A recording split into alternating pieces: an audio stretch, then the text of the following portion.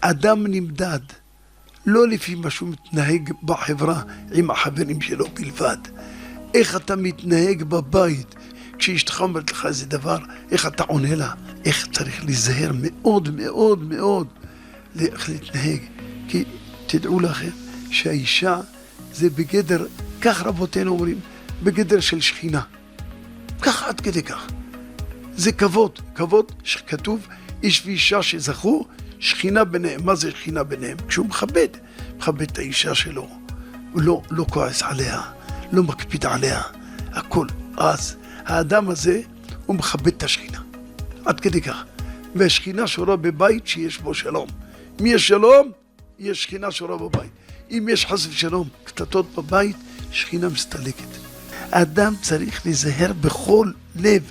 לפני שהוא הולך הביתה, היה צדיק אחד, ריבונו של עולם, יהי רצון שאני לא כשל, שלא אכזב את אשתי, שלא אכעוס עליה, שלא אקפיד עליה. היה אומר, היה מתפלל לפני שנכנס הביתה. הוא רוצה שיהיה שלום. יהי שלום בחילך, שלווה בארמנותייך.